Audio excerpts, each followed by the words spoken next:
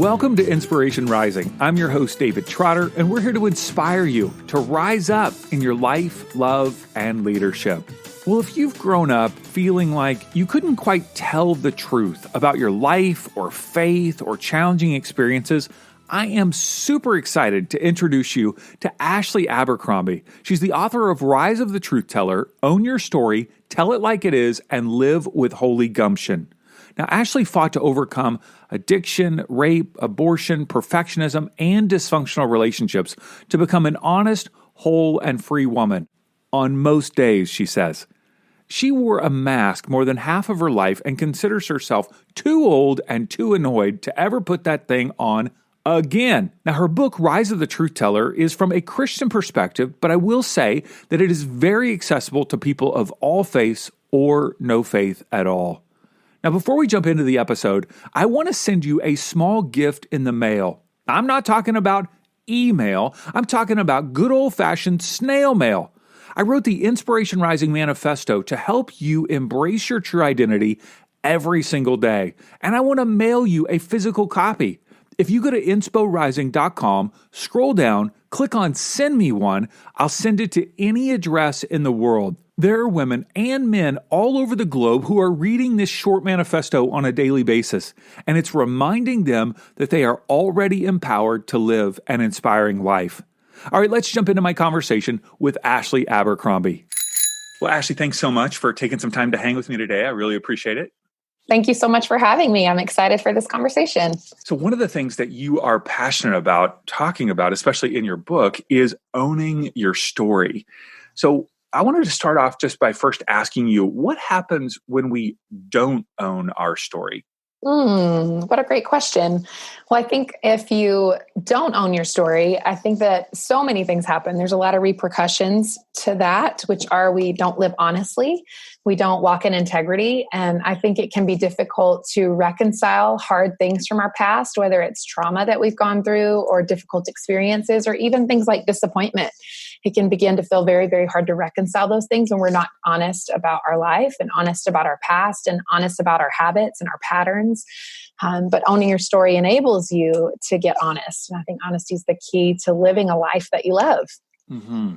I guess I probably first should have asked you, what does it mean to own your story? Because that is I don't want to assume that people know what that means. I mean, obviously I want them to buy your book so they can, get the whole gist of what it means to own. But in a short version, what would you say that actually means to own your story? Well, I think owning your story is really beginning to understand the context of your life. Where do you come from? What has shaped you? Why do you think the way that you think? Why do you build the relationships that you have in your life? Why are you pursuing the things that you're pursuing? And so owning your story is really beginning to understand, this is who I am. This is what I've gone through. This is what I've overcome. This is what I'm gifted to do. These are my talents. These are my relationships. These are my people. And when you really begin to own that, you can thrive in your life in a really remarkable way that I think is enabling us to actually walk out our purpose and live the life we were created to live. Yeah. So when I think about owning your story, I mean, that should be for everyone. But yet, if I grew up with a white picket fence and my two parents are still together and everything's good and I've never had trauma in my life and I haven't had any challenges owning my story, I mean, yeah, everybody should own their story, right? Yeah. And I think, it's an interesting way to think about your life. If you're like, I've never really gone through anything. I mean, I think we might want to revisit that thought. Well, I always just say, well, just wait. Yeah, totally. There's a sneaky little thing that humans are good at, and it's called denial.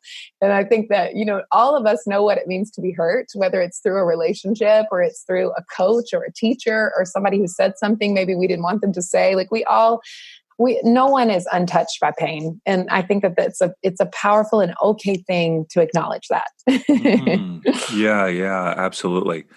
And some people haven't, at an early age, maybe there is less, we all have gone through challenges, but maybe there's less pain for whatever reason. Sure. But I doubt that any human being is going to escape this planet without experiencing some sort of tremendous challenge or pain. you know? Totally. And I think even if you don't create it, maybe you have come from a really beautiful family upbringing where you didn't have to go through a lot of trauma and there were no addictions in your family or no real volatile situations. Like overall, maybe your life was really great. And at the same time, none of us are untouched. You could have a friend who there's diagnosis. You could have a child who's going through something difficult, a parent who's walking through a season of hardship. And so I think none of us are untouched, and we all feel, whether it's primary or secondary, we all feel the brunt of difficulty in our life. You could have a hurricane knock down your house any moment. Correct. You could. That's very true. And I hope that doesn't happen to you. But yes, that's true. Probably not your house. You live in New York. That would be a really bad hurricane if it knocked down your house. It really would be. I think we'd be in big trouble if that starts happening on the earth in Manhattan. So for you personally, what did it look like as you began to grow and develop as a human being? What did it look like for you personally to own your story? So I was raised in this beautiful hometown of Eden, North Carolina, which is the southeast of the United States if you don't live here. And it was great. I mean, I had wonderful friends. I went to a great school. I mean, I had a wonderful upbringing in a lot of ways. And I somehow managed from the beginning of my life to divorce myself from hard stuff. I just thought you had to put on a mask and get through it. And I just would, I like to say I had a PhD in pretending. I just knew how to put the mask on and wear it and like everything's great and everything's cool. And then there's only so long that you can sort of bottle that stuff up before it starts to come out. And I can remember graduating high school at 18 years old and thinking, I don't want to do this anymore. I don't want to be perfect. I don't want to pretend. I don't want to perform. And so for me, that looked like running the exact opposite way of what I was doing. And I began to drink and use drugs and developed an eating disorder called bulimia. And through that process, that was the way that I could get my pain out without actually having to honestly own it. Because I think when we don't honestly own our life and we're not walking in integrity, then it finds a way to leak out, And so for me, it looked like addiction. And for me, it looked like having relationships with others that were not reciprocal. So even though I had some very loving people in my life and in my family, I had a very difficult time using reciprocity. So I would be the person people could come to unload their pain or to ask for advice or to come to for care. But I didn't know how to honestly say, I'm also struggling and I don't know how to get through this hard thing. And this looks like a mountain in front of me that I cannot hurdle. And so I just couldn't do that yet. And that increased addiction in my life. And then I was a sophomore in college when I was sexually assaulted and raped by a guy on campus that I knew. I didn't know him well, but I did know him. And so just went through some very difficult times in that season of my life. Those couple of years that I spent in college were very, very hard. And the good thing that came out of it is I just couldn't hold it together anymore. I had just become expert at being the glue of the universe until I realized I wasn't. And until I realized there was actually no expectation on me to be the glue of the universe. And when it started unraveling, actually, it was the beginning of freedom for me, where I really realized, I've got to get honest about this stuff. There's some things that I'm hurt about. There's some things that I'm wounded about. And there's some things I need recovery in. And as I began to do that, and I found relationships where I felt safe to be honest, and I found people who were also honest with me, I realized that, wow, we're all broken people and we're all walking through something or out of something or into something. So because of that, I was able to begin honestly opening up about my life and not feeling shameful about it. Because I think sometimes that's why we don't, is we feel ashamed or we feel like somebody's going to reject us or people aren't going to think the same way about us. And we are just in the image management business. And for me, I really wanted to be a person of integrity. I didn't want to manage my image anymore. And I didn't want to manage what people thought about me anymore. I wanted to live in such a way that I could be free. And so for me, that became highest point of order. Yeah. Oftentimes it seems like if we are involved in image management, we may be surrounding ourselves with others that are involved in that same, value. And so how did you find people that you could be honest with and you could begin to explore and own your story with? How did you find those people? Yes. I mean, I will say I did have some people in my life who were image managers, but I can also remember being a young adult and realizing, wow, my friends really do actually open up to me. And I'm the common denominator here. I'm the one who always doesn't. And it actually made me a really bad friend because they always thought I was perfect and had no issues and no problems. And they were honest about their lives, but I was incapable. And so I think it just put a handicap on our relationship that was unnecessary. And so I think when we're in image management, we also don't recognize safe people as well because we're not safe and we don't think anybody else is safe. But for me, I remember moving across the country, actually to Los Angeles when I was 21 years old. And I was really hoping to leave it all behind me, until I got there and realized everywhere you go, there you are. Like, unfortunately, you can't escape yourself, which was very sad news for me. Yeah. And I began to make some really good friends, people that I thought, man, they were able to suspend judgment. And even though I partied like crazy, I drank all the time, I was always out doing something. They were available to me.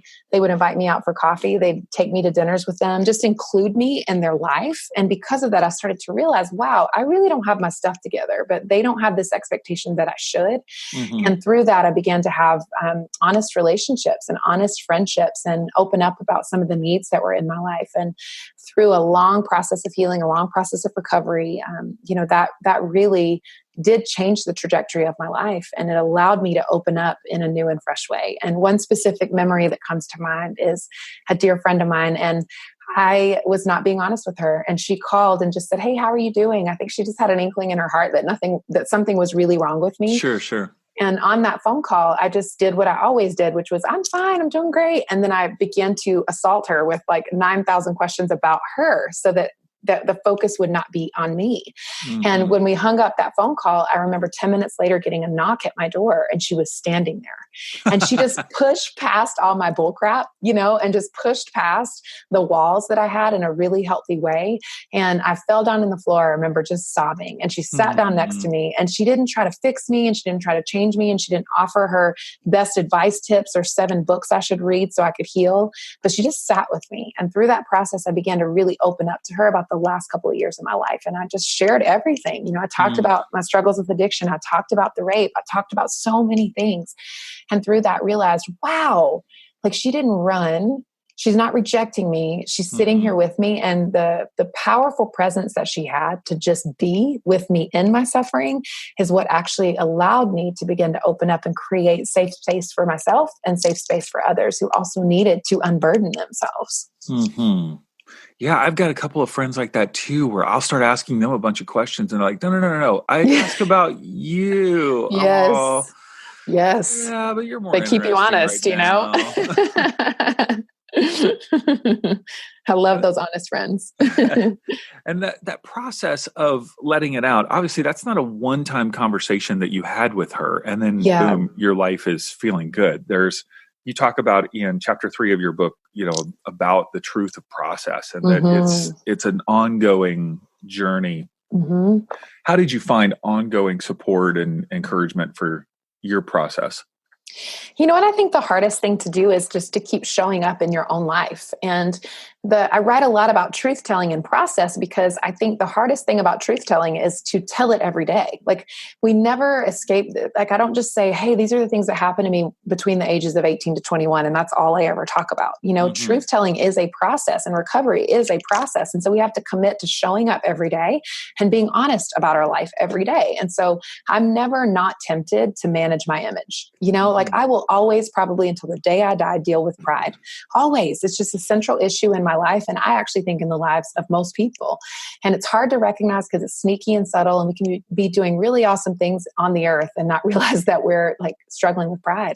And so for me, it's waking up every day and showing up for my own life and making sure I'm being honest in my relationships. And when I'm not, allowing people to say so or allowing myself to recognize that, not be in denial about that and just say, "Hey, I need to really get honest in this relationship," or "There's some things I'm withholding," or "There's some stress I'm not dealing with and it's coming out in this way or that way." And so I think self-awareness is really key to this, but showing up in my life every day with a commitment to be honest is what I do, like so that I can continue to be in process with healing and with truth telling. When you use the word pride and you say that's a challenge for you, what does that mean for you? Well, I think the very central issue of image management, which is a real struggle on the earth, especially given the rise of the digital age, like, are you kidding me? What? With Come Instagram. on. Yeah. You're just like, come on, you did not wake up like this. Like there is a team around you doing these things, and it's setting the tone for the rest of the planet, and I think that, at the root of image management is pride, because what we're really saying is, I can't be fully myself. And if I am fully myself, then this is what it's going to mean for me in my relationships. And you know what that is? That's pride, because we are keeping distance from others when what we need to do is draw close. And what we need to do is be in deep, abiding relationship with people. And so pride hinders that. And when you're when you're worried about your image, you're not worried about your integrity. And when you're worried about what people will think about you, you're not worried about connecting with people. And so connection and integrity is okay and the best and higher thing. So pride, we need to continue to root out of ourselves. How do you determine a friend who's able to go there with you versus people that perhaps were more like you at, in the teenage years of not able to reciprocate? Like, sure. You know what I mean? Or maybe they make fun or gloss over or, don't understand what you're going through. Like, how do you figure that out? How do you navigate that? Yeah, it's a great question, because we're really talking about Safe People, which is a wonderful book that I would highly recommend, by Dr. Henry Cloud and John Townsend. And that book was a game changer for me. I really loved it. And it taught me how I was unsafe, and then taught me how to recognize safety in others. But to bottom line it, I think we recognize safe people, they are able to suspend judgment. They are able to be with you without trying to fix you, change you, or advise you. They are able to see your potential and call that forward. So instead of putting you down or making you feel less than, they're constantly encouraging you and speaking hard truths, because that's still encouragement, but they're able to do it in such a way that it doesn't shame you. And so they see your potential and they want you to become your best self. They have that in mind. They have a heart to see you do that. And those are safe people. And so I think we recognize them in our day-to-day life. And we can also recognize people who are on a journey, right? Because even when I started healing, it wasn't like I was just awesome at reciprocity, but there were some people in my life, like my friend that I mentioned earlier, who was able to journey with me through that period of time in my life. So I still kind of was a stonewaller, but at the same time, she knew I was on a journey and she knew I was going to get there. And so she stuck by me and called me out and drew the best out of me. And she allowed me to do the same with her. And so I think that's really important, is to see those people in our life. And sometimes they're the folks who just keep turning up. Maybe you're dropping your kids off at drop off and you recognize the mom who always talks to you and she seems really genuine and down to earth. Like, she might be a person to have a coffee with and just see where it goes, God, I wish this lady would quit talking to me. Why does she always ask me how my day is? Just get away from me. Yeah, I'm sure some people do that. Yeah. A lot of New Yorkers do that, so we could relate to you for sure if that's how you are. But you have to deal with yourself too then, if you're always in a hurry, how can you ever build real relationship, so it's important to slow down and recognize and be aware in your own life. I also think that if somebody's not in a safe place in their life, they are being triggered by whatever I'm saying. So in some way, either if I'm talking about my challenges, they don't, they're having anxiety in that moment about not knowing what to say, or they don't want to talk about their own challenges. So somehow they're being triggered by whatever it is that I'm saying. And it's not about me. It's about whatever they're going through, in their own life. So, yeah, that's so true. And so you have to determine in that moment, am I going to be the type of person who responds and connects with them through this? Or is this an unsafe moment for me? And do I need to make a change? Because sometimes that's part of drawing people out. It's like, I love you and I don't want you to stay here. So how can I keep drawing you out? Or it's like, this is actually an unsafe situation for me and maybe not the best time to build a deeper relationship. So you get to determine that. Very, very true. So I love in section 2 of your book, you say that you are learning to tell it like it is. And of course, that's the whole, title of the book, is being a truth teller. When you say tell it like it is, I know that faith is a part of your background and, I thought Christians were supposed to be nice, and it sounds like you're being mean to me, telling me like it is. So, what do you mean, tell it like it is? What does that mean to you? Yes. Okay. So telling it like it is. Yeah. And the whole nice girls myth. I mean, it's not just Christian women who deal with this. There's a very real gender component in our world today that tells women that anger has no place and that we can't be upset or we can't be loud. I mean, you think about what it's like to be a woman in the workplace. We have the resting bee face jokes and, oh, maybe she's on her period. And, it's like when women are aggressive or very outspoken, it's received differently than when men are. And so it's important to recognize those kind of cultural dynamics that influence all women. And what I mean by telling it like it is I mean to tell it kindly and candidly. And so what that means is telling it like it is rudely is unacceptable. You're just not being a good human. Don't do that. Yeah. You have to tell the truth candidly and kindly, because that's the way people can receive it. That's the way I can receive it. I can take a hard truth when it's cloaked in kindness. I can take a hard truth when there's love behind it. Like we can handle hard truths when people speak them with mutual respect and honor. That's an important part of this. And so telling it like it is not being rude or unkind. Like I grew up in the South, like I said earlier, and, truth telling is a very high value for us. But at the same time, most of the time, what we mean when we're talking about truth telling is telling the truth about others. And so we have had to grow in telling the truth about ourselves and telling it like it is kindly and candidly, not to hurt and wound others or just to say it because it should be said, but to say something that's effective and something that's transformative because it's just true and resonates deeply with people. Before we continue our conversation, I want to invite you to join the Inspiration Rising Insiders Facebook group, where hundreds of women and a few guys like me encourage each other on a daily basis. Head on over to insporising.com/insiders. That's insporising.com/insiders. Click join, answer a few questions, and I'll invite you right in. I think you'll love connecting with other listeners of the podcast and experiencing daily inspiration as well. So in this section, you go through a number of things that are important to you. I would say the chapters are the truth about ordinary, truth about margin, truth about Christians, truth about aggression. And, as I was reading this, it's like, wow, these are things that are really important to Ashley. You could have written about a lot of things that were the truth, right? The truth for you in different ways. Sure. Why did you choose these 4 areas? Why were these important to you? Yes. Well, I think that they're important because there's so many things in our digital world today. And not that this hasn't always existed, right? Like I'm bringing up digital media because it is the world we live in and it's not going away. It's here to stay.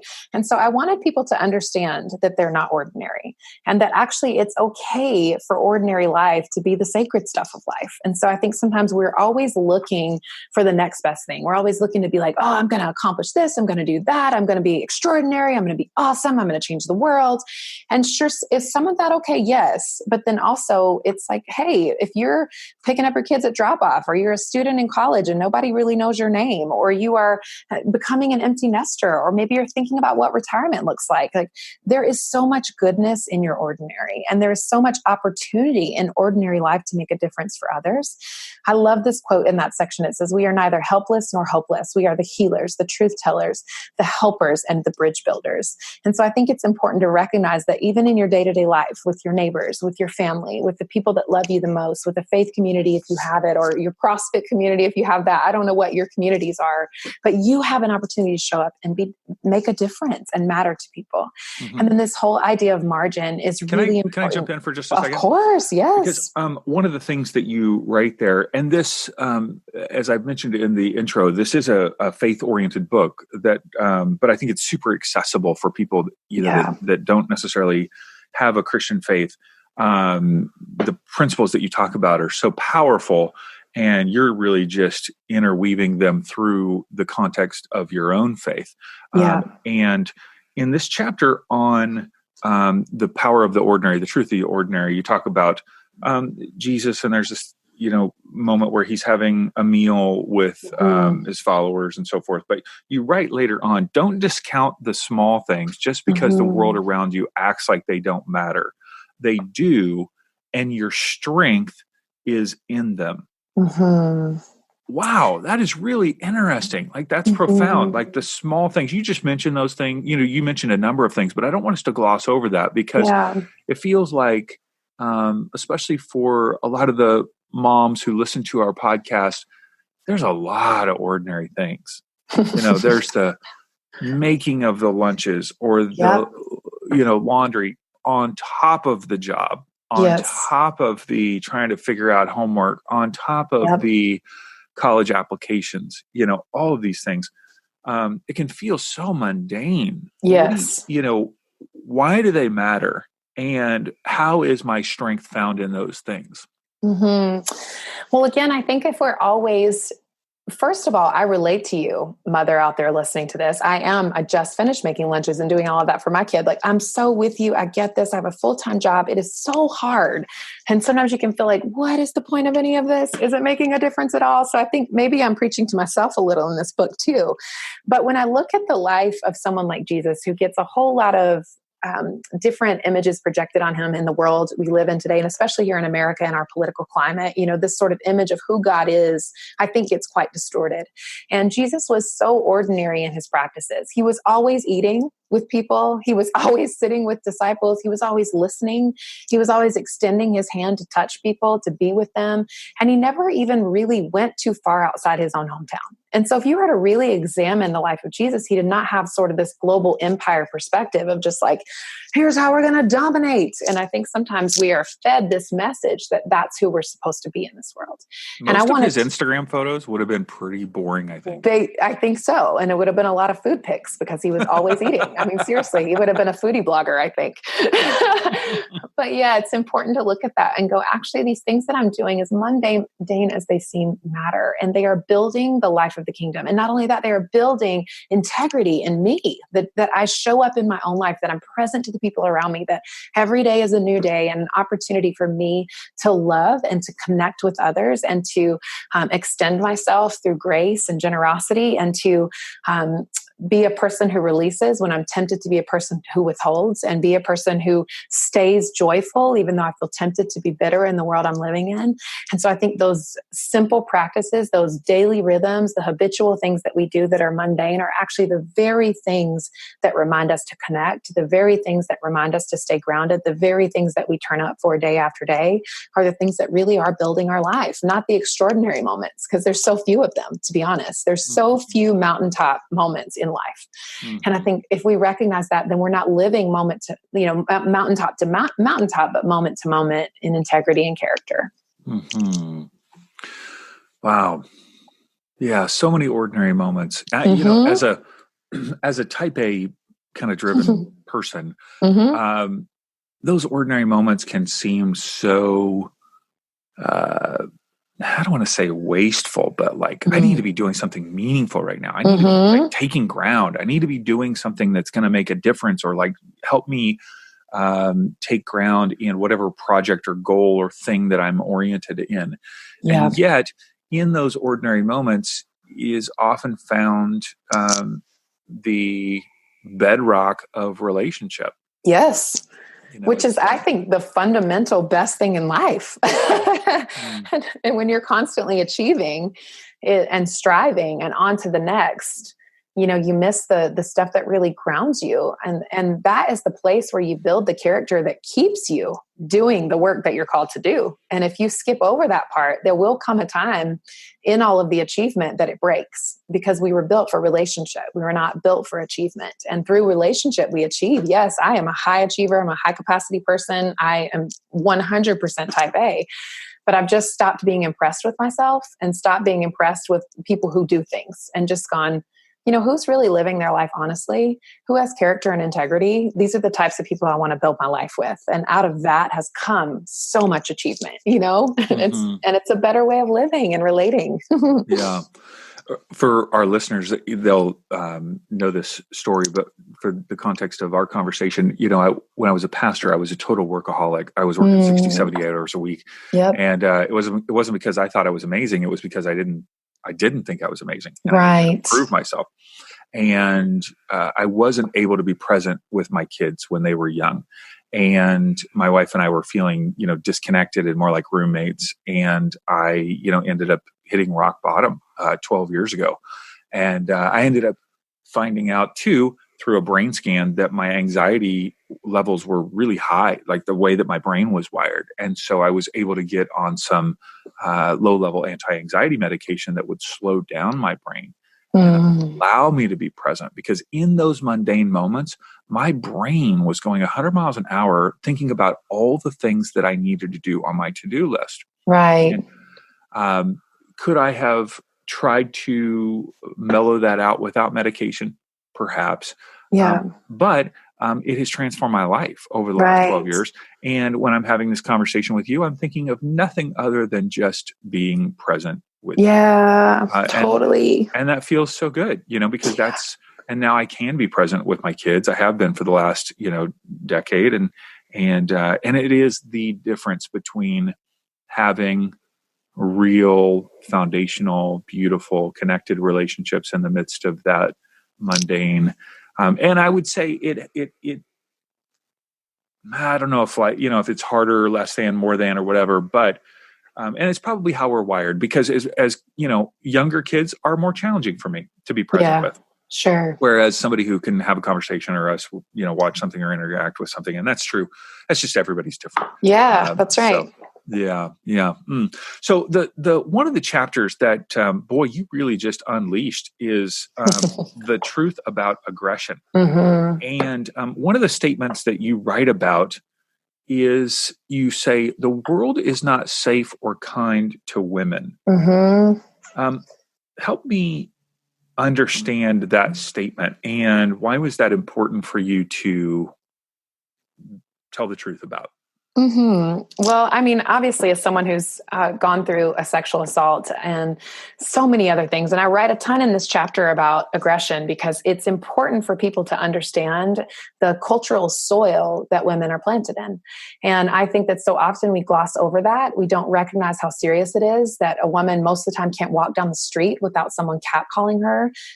Women get comments all day long about their bodies. If they're pregnant, someone makes a comment, puts their hands on a person's body without even thinking about it. I mean, what is up with that? Who touches another person? Thing. I mean, it's primarily a lot of women do that though. It's both from experience. Really? 2 times, but you have had a man touch your for stomach sure, while you were 100%. Pregnant. Yes, I have. Yes, I have. Lord. And so I think it's those things that people don't recognize, or the comments that happen in work meetings about women, or somebody makes a sexual innuendo about a woman, or somebody makes a racist joke about a woman and not thinking about the one woman of color who's in the room. And so I think this is like real life for people. I mean, I've experienced so much. I write about the very traumatic labor story that I have here, and the hospital that I birthed my second son in Manhattan, and what happened there with a man who just kept coming into our hospital room. And so I just think that it's important for us to understand that this is the world we live in, that women are facing microaggressions. And if you don't know what that is, it's just like one of those little sideways things that happens. Like, again, a comment at work, somebody catcalling you down the street. And it's like, it's not full on aggression, but it's enough that it makes you bothered. And maybe you feel heavy under that or exhausted under that and don't fully understand why you feel so fatigued. Or perhaps it's a woman who might be listening now and her partner is very uncommitted to helping with the child raising. And so because of that, not only do you have a job, but you also have all the responsibilities. You take care of the household, you do all the lunches, you do all the school runs, and you have no help. But the expectation for you is to perform at your job in the same way that your husband is able to. And so those types of things create a level of aggression on the inside of us. And we put it down because we're taught that women should just be nice girls, and they shouldn't be mean, and they shouldn't be mad, and they shouldn't speak up for themselves. And they shouldn't say what they need, because God forbid they do that. And so I really wanted to speak to the truth about that and what happens. And I also took the opportunity in this chapter to talk about faith leaders who are constantly putting burdens on people. And I see that happening publicly in our media, where there's burdens on people all the time. They're not interested in relieving people's burdens or releasing them from shame, but they're interested in heaping more work on top of people and heaping more things to do on top of people. And I just do not believe that that's the God that I serve. I think he is looking to release burdens, and he's looking to free people up to be wholly themselves. And he's looking for folks to be released from aggression and for women to find healthy ways to move and be in this world. And it's okay to say that the world is not kind to women and it's not safe for women. 1 in 4 women have been sexually assaulted, and that's just reported cases. I never reported. In fact, I only know one other woman in my life who did actually report her sexual assault. Women are sexually abused at rates of 1 in 3 and sometimes 1 in 4. And that grows globally.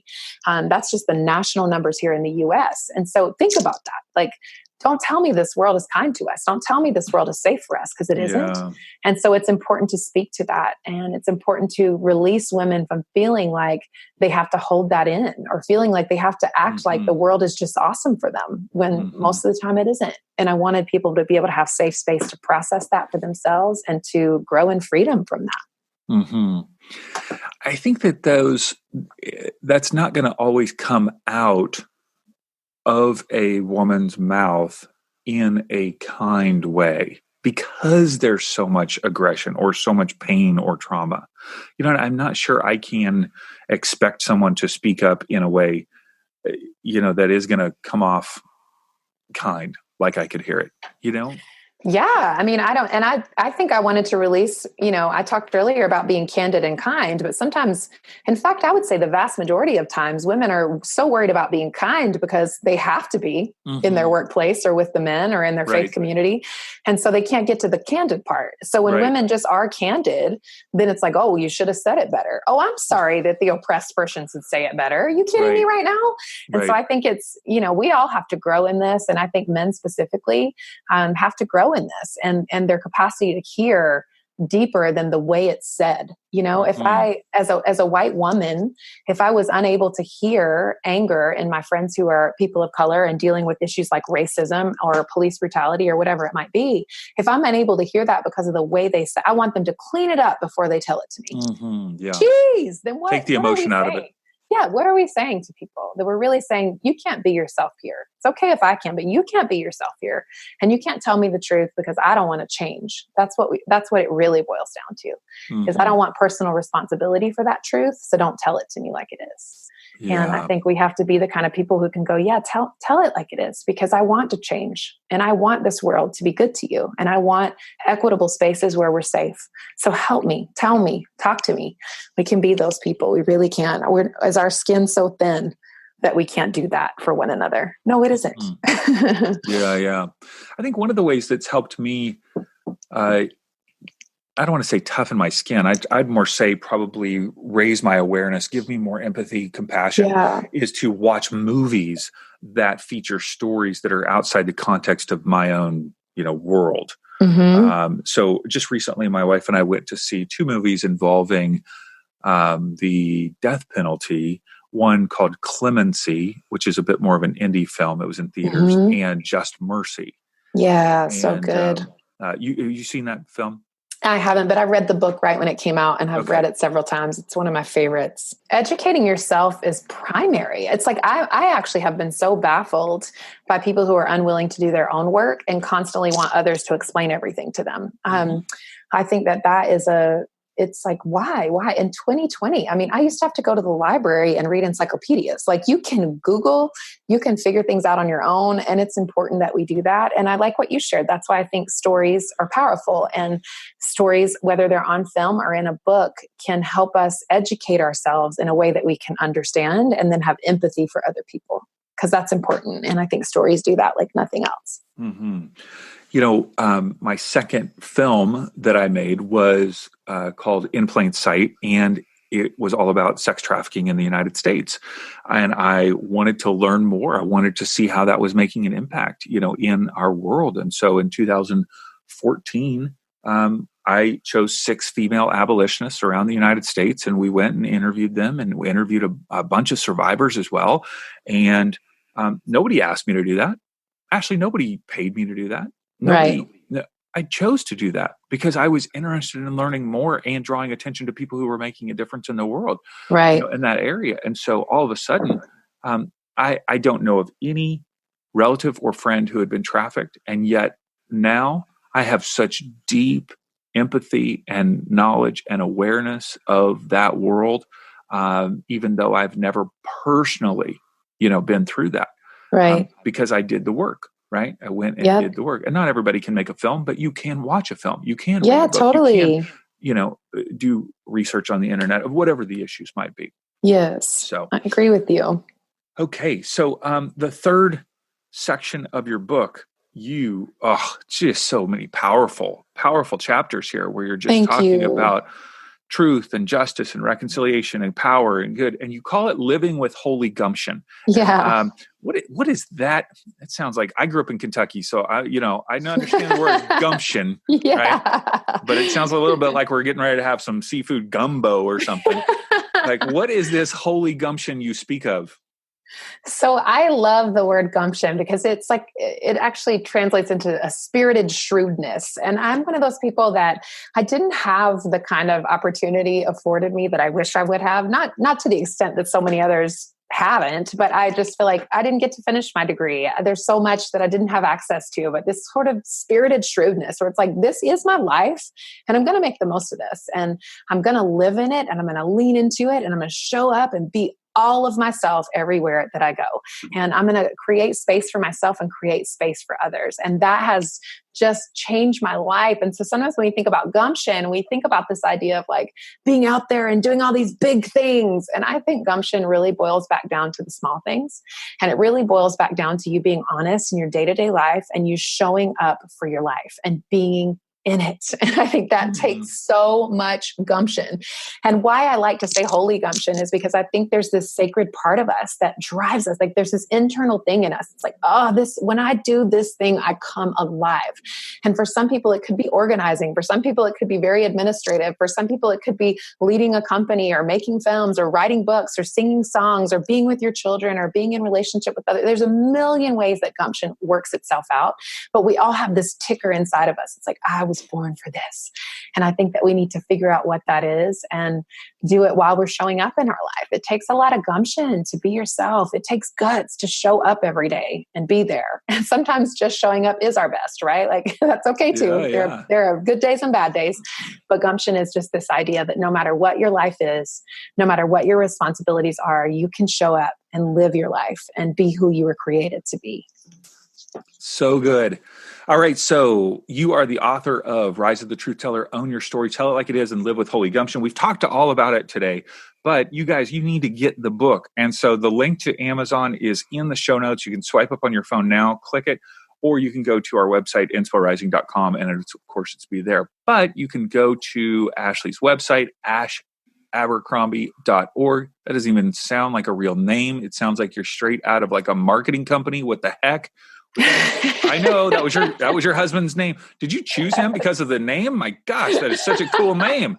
It is amazing. I chose him for many other reasons, but that was bonus for sure. Seriously. Jeez. I would have chosen him for that. Right. And you're also the co-host with Tiffany Bloom of the Why Though podcast. What is this podcast all about? Come on, sell us on it.